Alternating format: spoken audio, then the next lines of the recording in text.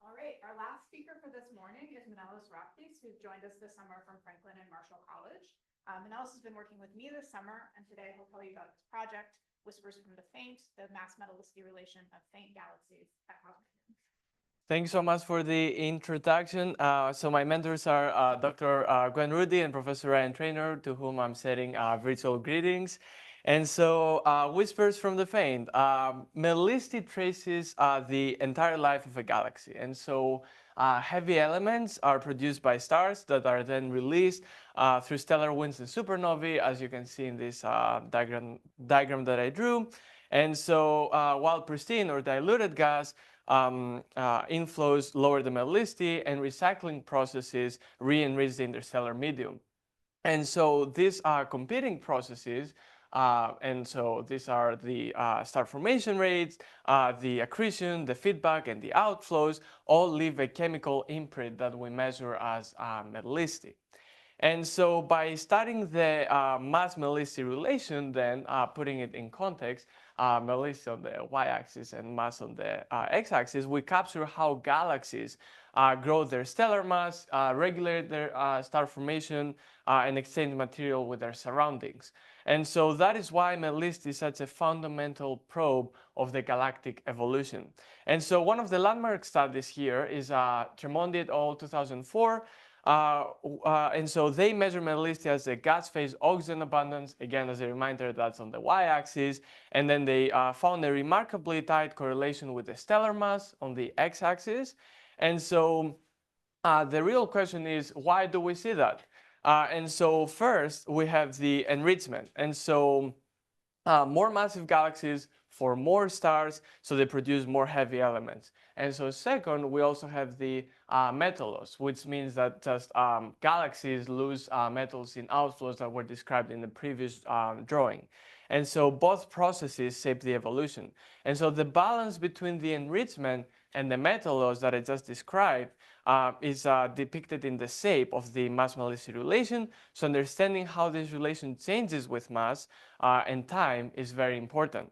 And so one useful measure of this mass-metallicity relation is the slope. And why that is because the slope, as I note here, tells us how efficiently galaxies enrich their gas as they grow in mass. And so in general, a steep slope means that we have a rapid enrichment with increasing mass, while a shallow slope means that weaker mass dependence. And so measuring this slope means measuring this slope at high redshift lets us test how enrichment, loss, and recycling that were described in the first slide all evolve through cosmic time.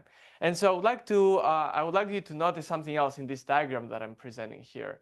And so notice how we even locally, the mass-metallicity relation is only constrained above masses of 10 to about, let's say, 8.5 solar masses. And so probing lower masses and higher redshift is really a challenge. And so, and this is exactly the regime where JWST and our data are opening a window.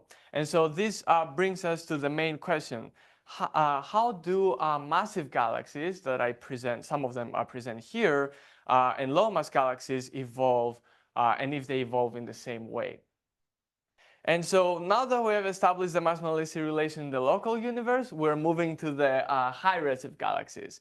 And so here I'm showing some results from Strom et al. 2022. So Alison Strom, during her postdoc here at Carnegie, investigated the higher mass end of the mass-metallicity relation at redshifts about 2.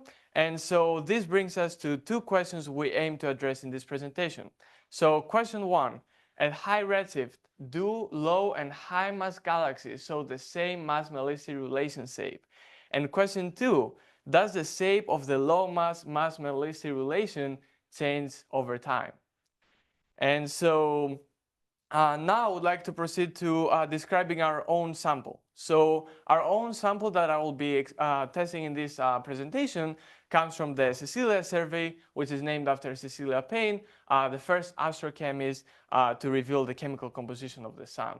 And so the survey targets multiple emission lines at 33 galaxies, allowing us to directly probe the physical conditions and the chemical evolution. And so here you can see on the left side the Cecilia field, and all of these red slits positions indicate the position of the galaxies that we were targeting. And so these observations are ultra deep with nearly 30 hours of JWST time.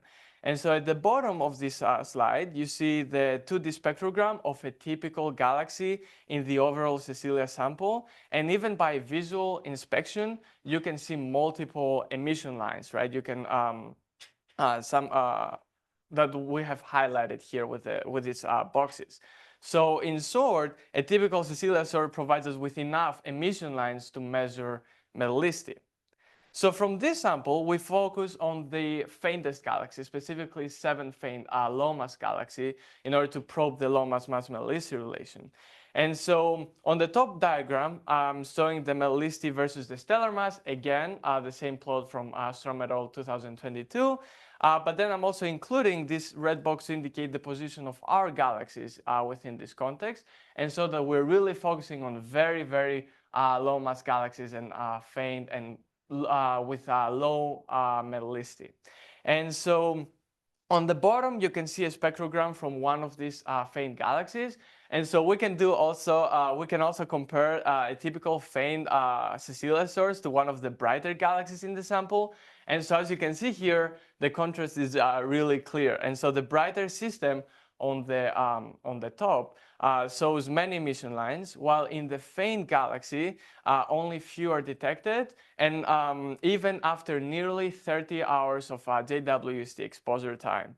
And so this limited set of lines that we measure is one of the main challenges that we face. And so we focus on the lines that we do detect. And so a key example that I saw here is the ratio of O3 at 5007 angstroms to H beta, and so which can be calibrated against metallicity from the literature to estimate the chemical abundances of our faint galaxies.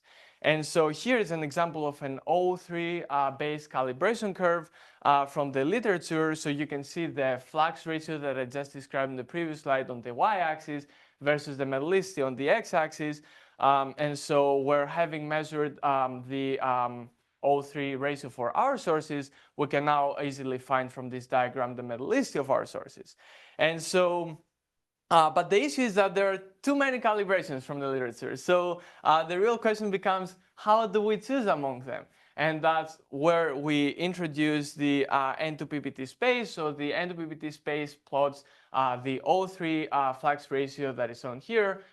It's the same one versus the N2 emission line ratio, which is just N2 at 6583 angstroms over H alpha. And so as you can see here in this N2PPT space, the purple curve tracks the best our data, which are plotted as these pink points. And therefore, we proceed with this purple curve, the Nakajima 22 curve. And so now that I have excluded all of these curves, we're left with the purple one. And so I have also included these red dashed lines there to indicate the O3 measurements for our individual faint galaxy sources. And so now, how can we infer the metallicity? So we have these intersection points between the two. So let's pick a random example for our sample. Let's pick NB 2089. So NB 29 has this measured O3 value. And so there are two possible candidates for its metallicity. And therefore, we have to use again the N2PPT space as an additional check, as a discriminator between the lower and the higher metallicity branches. And so in general, in the N2PPT space, we expect galaxies that fall on the lower left side of the PPT space to be lower metallicity sources, extremely low metallicity, and therefore in this case it would be really easy to just pick the lower metallicity branch. And that's how we kind of select between the two solutions. And so now that we have measured the metallicity of our sources, we can go ahead and construct the mass-metallicity relation for our faint Cecilia subsample. So you can see here our sources plotted as stars, along with this line indicating the fit to them. And so now we made a question before, how do these more massive galaxies compare to ours? So I include a more massive sample here from Strom 2017 at comparable redshifts to our. And so here I have taken the more massive galaxies mass-metallicity relation and extrapolated it down into the lower mass regime of our faint Cecilia galaxies. And so the solid green line that is depicted here shows the 1 sigma range, where we would expect, the solid green line shows the fit to the data, where while the green shaded region shows the 1 sigma range where we would expect our galaxies of the more massive sample to fall. And so what we find is that the two lowest mass Cecilia galaxies, which technically drive the mass-metallicity relation slope, are significantly fall below this extrapolated higher mass relation and the 3 sigma level. And so in other words, they are not consistent with what you would expect if you simply extended the trend of the more massive galaxies to ours. And so this indicates that at the lowest masses, the MZR is steeper than the highest mass sample would suggest. And so we give an answer to our first question, right? We say that the Cecilia faint galaxies show a much steeper slope than the more massive galaxy sample. And so now the slope of the mass-metallicity relation shows how quickly galaxies enrich with metals as they grow, as I mentioned in the very first slides of my presentation. And so while most galaxies at redshifts 2 to 3 in this mass regime show a shallow slope, we find the steepest slope that we have ever measured, which is interpreted as either low efficiency star formations in our galaxies or very energetic outflows, very intense outflows, which are often called in the literature as energy-driven winds. And so that's what we find. And so the last part of my presentation is answering question 2. And so what I did here is I was trying to find the evolution of our mass-metallicity relation with redshift. So in general, you can see here, so this is our sample compared with other samples. At the fixed mass, we go as the redshift increases, so as the colors get darker and darker. In general, you can pretty easily observe that the measured metallicity is getting decreased. And so that's what we identified. And so we answered by saying to this question that, yes, the Cecilia faint galaxies are less chemically enriched than low-mass galaxies today. And so I would like to conclude with the conclusions, which due to the lack of time I will not go through, but I will be put up here in order for you to see for any potential questions you have. Thank you for your attention.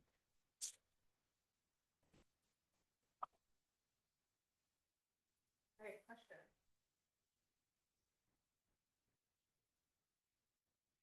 Very nice talk and some really lovely results. Just a quick clarifying question. You showed the comparison between the bright sources and the Cecilia faint galaxies. And just to clarify, so the earlier in your talk when you showed the bright and the faint galaxies, which we can see here, are these points from the Strom 17 points the Cecilia galaxies that are the brighter? Yeah, so here, I think that's a great question. So so I call them as a more massive sample in my presentation. So in the more detailed part, these are, yes, indeed from the KBSS survey that I presented before from the Strom diagram. And so this is the Cecilia parent sample as well. Yeah.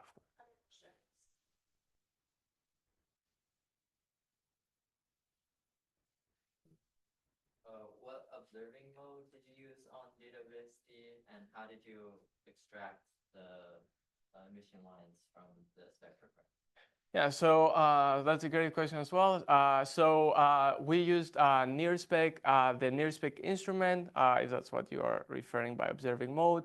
And so as far as the fluxes are concerned, how we extracted them, right? Yeah, so I mentioned about the O3 calibration curves that we're using, which requires this flux ratio between O3 at 5007 angstroms over H beta. And I presented the 2D spectrogram of our sources. But then after having the 2D spectrograms of our sources, what we have to do, so that's like very briefly what we do as an overview. So we have the 2D spectrogram of our sources, and then we have the 1D spatial distribution on the right side, which is just, imagine it as how much light we have per row for every row. So you see this peak in kind of the middle of the spectrogram because that's exactly where the emission lines of the galaxy is. And so what we do is just multiply these two, and then we can get this new to the spectrogram for which we sum along the y-axis to get the 1D spectrum of the galaxy, which we then fit, and we just get the area below its curve to get the fluxes we need. Thank you. We have time for one more question. Thank you for your talk. I really enjoyed your presentation. Thank you. When you're looking at really, really far away small faint signals, Yeah. do you think what's the margin of error for whether they're spectra that you're just not able to pick up from here because it's just so far away, so faint?